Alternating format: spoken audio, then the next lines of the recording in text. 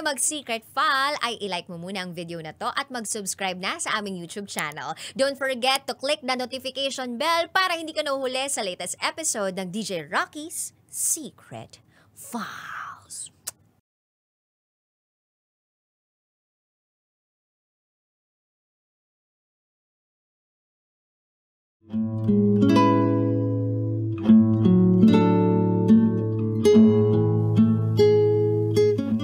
And now, it's time for DJ Rocky's Secret Files.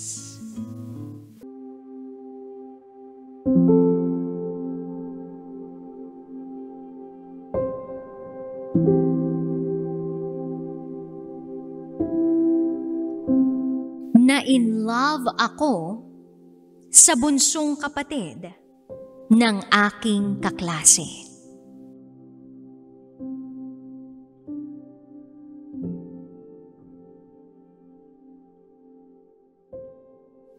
Hi DJ Rocky. Tuwing nagdadrive ako, imbes na makinig ako sa sarili kong playlist, pinakikinggan ko ang programa mo. Minsan pa nga, kapag hindi ako nakakaabot sa pakikinig sa programa mo,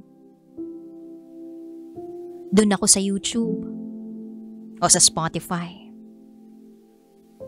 At doon ko mapapakinggan ang iba't ibang storyang ibinabahagi mo na nagbibigay ng iba't ibang lesson para sa akin. Nalilibang ako. Kaya naisip ko na ipadala rin sa iyo ang kwento ng aking buhay. Baka sakaling kapulutan din ng aral. Itago mo ako sa pangalang Zaya. At ito ang aking secret file.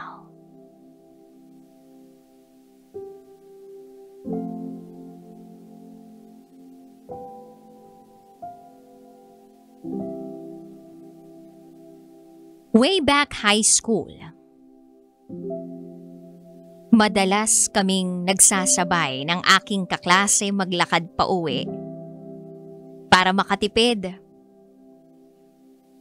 At minsan, napapasama ako sa bahay ng kaklase kong yun para makipagkwentuhan. Dagdag pa nito, nakikikain ako ng merienda na inihahanda ng kanyang nanay. Noong una, napapansin ko na yung bunsong kapatid nila ay makulit, malambing. Para sa akin, wala lang naman yun. Dahil sarap na sarap ako doon sa pinapakain sa akin ng nanay niya. Ni hindi pumasok sa isip ko yung pagkakaroon ng crush. Pero alam ko na sa sarili ko kung ano ang sexual orientation ko. Bakla ako. Oo, DJ Rocky. Isa akong bading.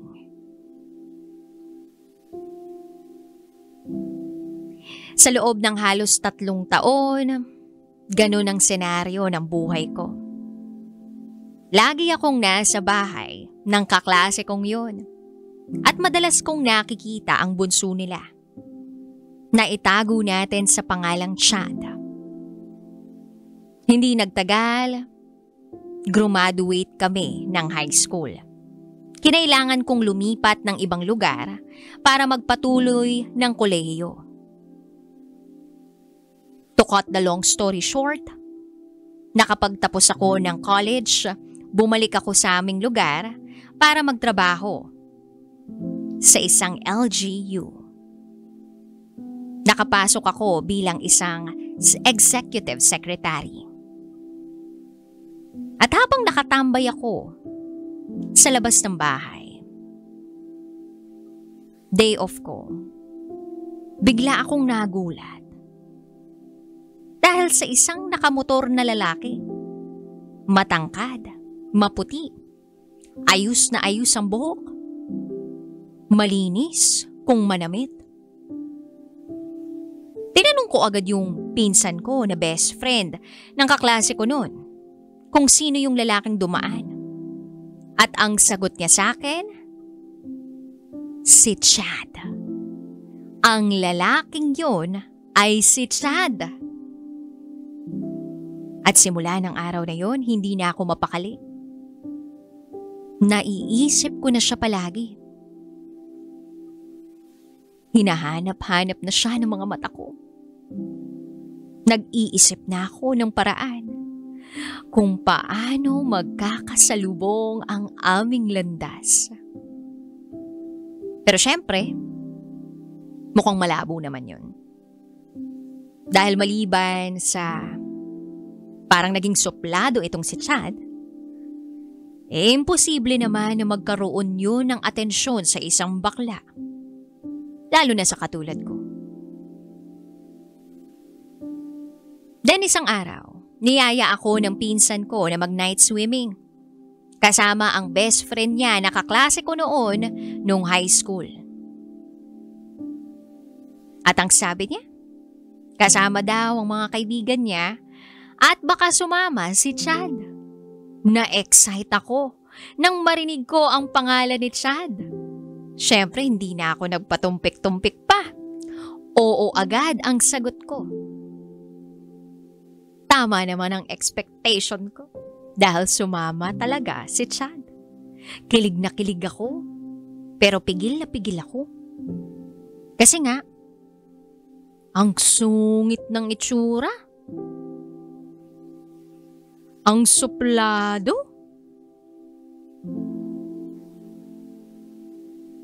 Habang lumalalim ang gabi, etong pinsan ko nakisuyo sa akin na kung po pwede, kunin daw ang naiwan niyang gamot sa bahay.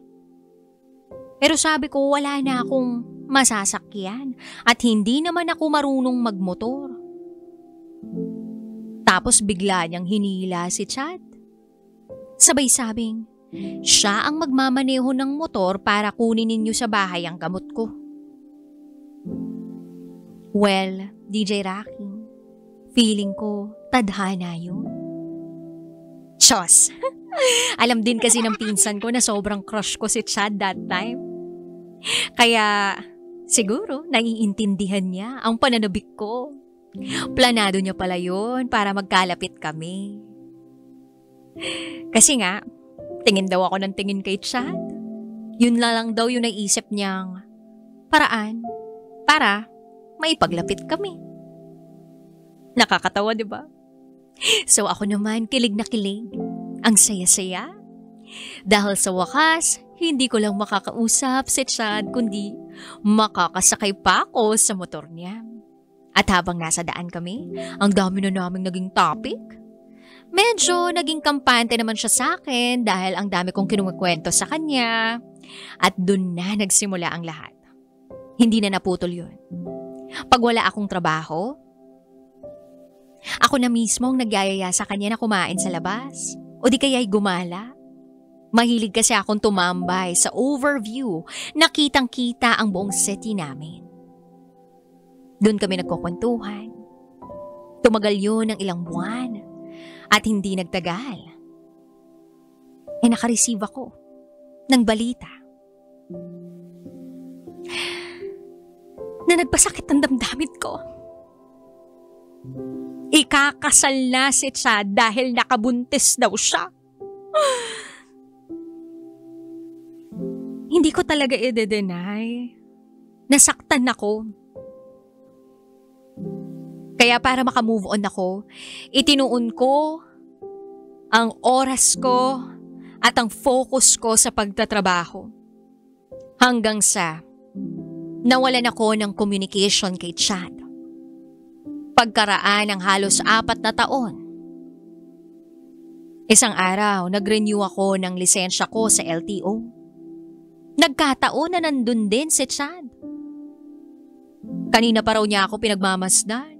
Hinantay niya akong lumabas. Nilapitan niya ako.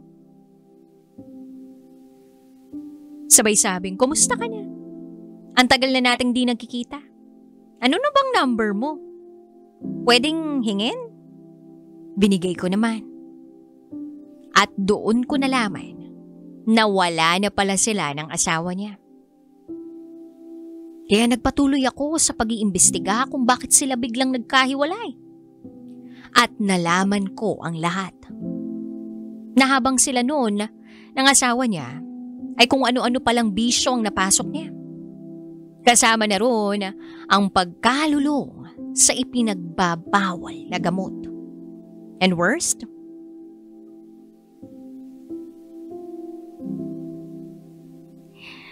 pinakulong siya ng mismong kapatid niya. Dahil hindi na kayang madisiplina. So umandar yung pagiging maawain ko. Nag-usap kami ng masinsinan at aaminin ko. Hanggang sa mga panahong yun, mahal na mahal ko si Chad. Naghahalo ang awa at pagmamahal na nararamdaman ko para sa kanya. Niyakap ko siya. At napaisip ako kung bakit nga ba nangyari yun sa kanya. At imbes na iwasan siya, nakipag-close ako uli sa kanya. Gabi-gabi pagkatapos ng trabaho, lagi kaming magkasama.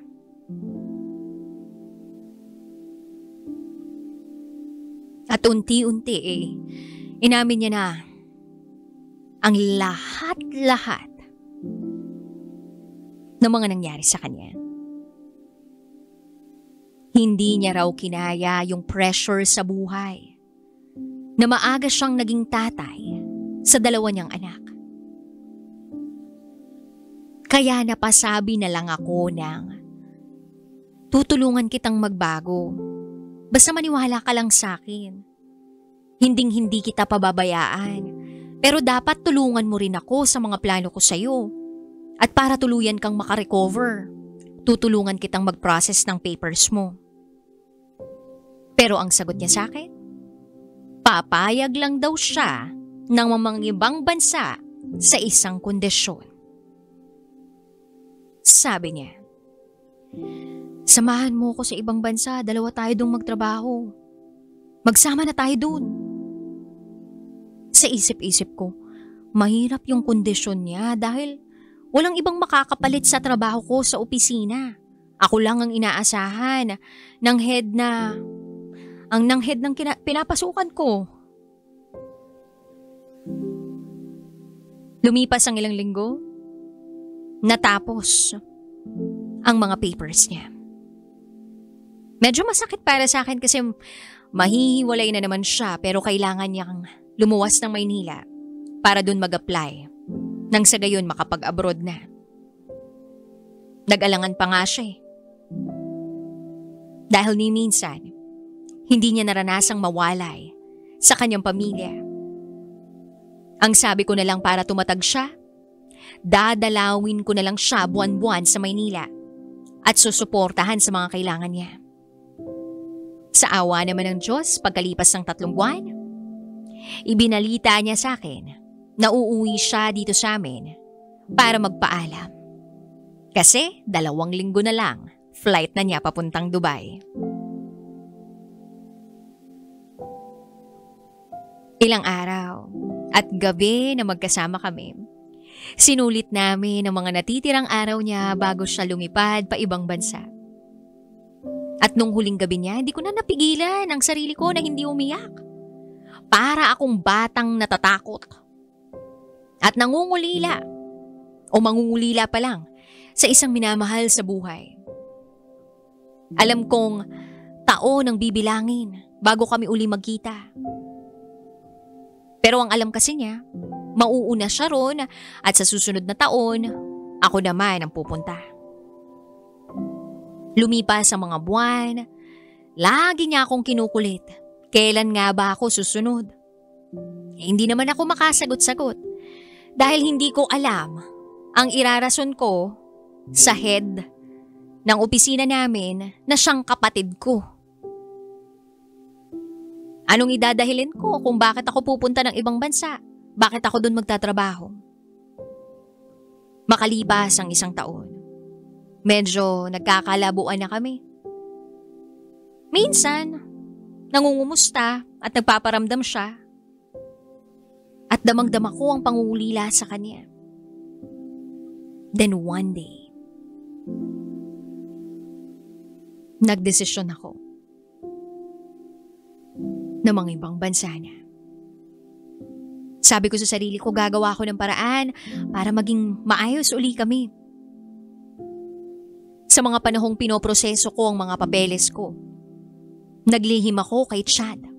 Ang sabi ko lang sa kanya, Chad, meron akong best friend na pupunta dyan sa Dubai. Padadalhan kita ng mga paborito mong dry fish. At iba pang mga pagkain mula dito sa atin. Pahingi ng contact number mo para pagdating sa inyo, matawagan ka niya. Magkita na lang kayo doon. DJ Rocky, gusto ko siyang i-surprise. Gusto ko siyang mayakap ng mahigpit. Then finally dumating na ang araw ng pagpunta ko sa Dubai. May kasamang lungkot, takot at kaba. Kasi nga, medyo matagal Matagal bago ako nakarating. Sa sobrang excited kong makita siya, tinawagan ko muna siya para sabihin sa kanya na nag-land na ang eroplanong sakay. Kung saan sakay ang best friend ko. Pero ang sagot niya sa akin, pwede bang sa day off na lang kami magkita kasi hindi ako pwede mag-absent sa trabaho Kaya DJ Rocky, nag-antay pa ako ng 4 na araw.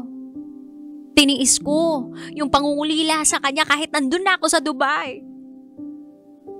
Then dumating na yung araw na makikipagkita na siya.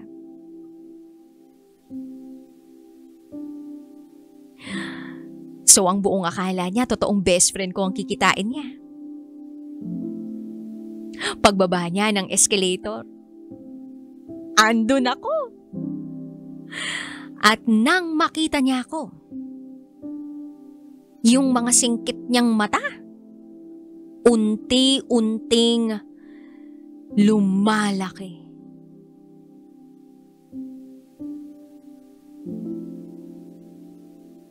Mukhang ang sorpresang ginawa ko ay hindi niya ikinatuwa. Mukhang ako ang masusurpresa sa mga susunod ko pang malalaman. Gayunpaman, dahil sa sobrang pangungulila ko sa kanya, niyakap ko siya. Ang ine-expect ko, sasabihin niya sa akin, nasa ng mga gamit mo? Diretso na tayo sa tinutuluyan ko. Akala ko ganun.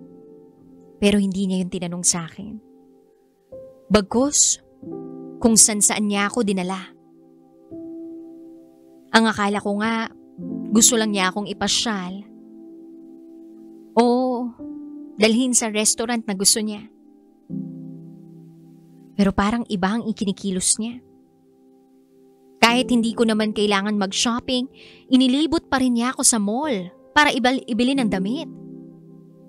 Tumambay sa isang coffee shop. Hindi naman siya ganun. Tinatanong niya pa ako kung may pera pa ako. Sabi ko meron naman. Pero binigyan niya ako. Then sabi niya, itago mo yan. Dahil kailangan mo yan dito. Sa isip-isip ko, bakit? Anong dahilan? Magsasama na kami. Nagtataka rin ako. Kasi, ang alam ko kapag day off niya, wala siyang gagawin.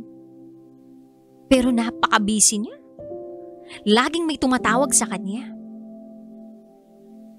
Kukunin na sana niya ang order naming coffee. Nang iniwan niya sa table namin ang cellphone niya. At doon ko na nakita ang picture sa screen ng phone niya. Siya at isang babae. Bumilis ang tibok ng puso ko nang makita ko yun. Lumabas ang mga pawis. At malamig ang pawis. Kahit na ang lakas-lakas na ng aircon. Pagbalik niya sa table namin, mahinahon ko siyang tinanong. Chad, sino yung babaeng nasa wallpaper ng cellphone mo? At dun na siya nagsabi. Akala ko kasi hindi ka napupunta rito. Nakilala ko yan. Kasi isa siya sa mga kasama namin sa apartment na tinutuluyan ko.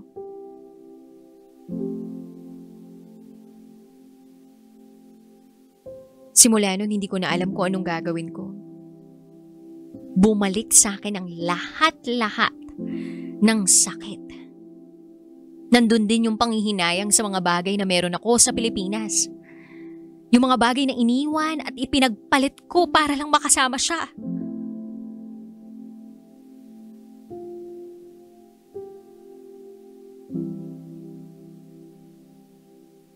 Then pumunta ako sa apartment ng pinsan ko. Doon ako nakituloy. Tulala at hindi makapagsalita. Nagtataka ang mga pinsan ko kung bakit halos isang linggo na, pero lagi lang daw ako na nasa kama. Walang ganang lumabas. Parang gusto ko nang umuwi ng Pilipinas pero hindi naman ganun kadali. Tumagal ako sa Dubai ng 7 buwan. Nakapag-renew pa ako ng visa pero hindi ko na kinaya. Bumalik ako ng tuluyan sa Maynila. Ipinagpatuloy ko ang pangarap ko. Nag-aral ako ng fashion designing para magpatuloy sa business ko sa wedding industry. Natapos ko yun. Lumipas ang ilang taon, wala na kaming communication ni Chad. Tuluyan na rin akong bumalik sa probinsya namin. Nag-focus ako sa business ko. Akala ko tapos na ang lahat sa amin. Pero isang araw, nag-message ang sister ni Chad. Gusto nga raw akong kuhain para gumawa ng bridal gown at suit sa kasal. Hindi ako tumanggi, DJ Rocky. Total, business lang naman ang magiging ugnayan namin. Pero kabadong-kabado ako. Nung dumating ang araw ng aming prenup shoot, kasama pala ang kapatid ng kliyente ko, si Chad. Kasama. Present. Present sa travel. Sa iba't ibang lugar kami nag-shoot. Doon ko rin nalaman na ilang buwan na rin pala siyang nakakabalik dito sa amin. Nasa iisang van kami. Magkatabi kami sa upuan. Hindi ko alam kung nagkataon lang ba yun o sinadya yun. Hindi ko nga alam kung ano magiging reaction ko. Habang nagbibiro o nagpaparinig sila na kung po pwede magkibuan kami. Siguro, napapansin nilang hindi ako komportable at panitingin lang sa labas ng sasakyan. Then dumating na kami sa venue. Oras na ng pagtulog. Yung nanay at mga kapatid niya gumawa ng paraan para magkatabi kami sa tulugan. Kinakabahan ako na natataranta. Hindi naman ako makaiwas kasi ayokong ipahalata sa mga kapatid at nanay niya na affected pa rin ako sa mga nakaraan naming dalawa. Hindi ko rin alam kung alam din nila yung nakaraan namin ni Chad kasi hindi naman ako nagkukwento. Pero malamang itong si Chad ang nagkukwento sa nanay at mga kapatid niya. Well, alam ko yung ugali ng pamilya niya.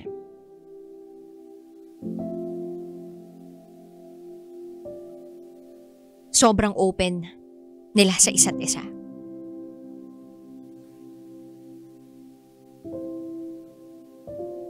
At dahil sa pagod ko, nakatulog na ako. Hindi ko pa rin siya kinibo. Fast forward, umaga na. Nagbibihis na kami. Napansin niya sigurong kanina pa ako may hinahalongkat sa bag ko. Well, ang pagkakakilala niya sa akin, makakalimutin. So may inabot siya sa akin. Inabot niya yung brief niya. O ito, gamitin mo bagong labayan. Kinuha ko naman, pero hindi ko pa rin siya kayang tingnan.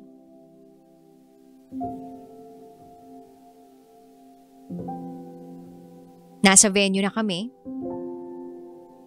para sa shoot. Malamig, mahangin, romantic ang lugar. Busy kami sa pag-a-assist sa kapatid niya. May ilang beses ko siyang nakitang nakatitig sa akin. Ayoko namang bigyan ng meaning yun. At ipinapasok ko talaga sa kukote ko na pagkatapos nitong kasal ng kapatid niya, wala na kaming magiging communication. At ayaw ko nang maranasan uli yung sakit na naranasan ko. Hanggang sa hindi ko namamalayan, nasa likod ko na siya. Sinimulan niya akong kausapin, nangumusta siya. Okay, kinausap ko na rin siya. Then araw ng kasal ng kapatid niya. Busy ako sa pag-aayos ng wedding gown ng kapatid niya. Nagkataong nasa likod ang nanay nila. At malakas niyang sabi, "Grabe talaga tong si Zai. Napaka-hands-on sa trabaho niya. Dinamutan mo na rin ba si Chad?" Tapos naghihiyawa ng mga tao. Maya-maya pa sabi niya, "Alam mo Zai, anak din naman ang turing ko sa'yo. Kung pwede nga lang kayo ang ikasal ni Chad. Kahit isang lako pa yung lupa namin. Para lang mapangasawa ka niya." At mas lalong lumakas ang tawa nilang lahat. At hindi na ako nakapagpigil pa. Unti-unti akong umalis sa loob ng venue. Hindi ko kasi alam kung mahihiya ako, matutuwa ako, o maiinis sa mga narinig ko. Alam mo, DJ Rocky, after nun, tuluyan na akong umiwas. Alam ko sa puso ko na gustong gusto ko siyang makita. Alam ko na gustong gusto ko siyang makasama. Pero hindi na pwede. Hindi posible. Hindi posible mangyari ang lahat ng gusto ko. And besides, isa siyang Muslim. So ang ginawa ko, binigyan ko na lang ng oras at atensyon ang business ko. At hanggang ngayon, lumalaban pa rin ako sa buhay. Nagpapatuloy pa rin sa negosyo ko, sa career ko, as a fashion designer dito sa aming probinsya.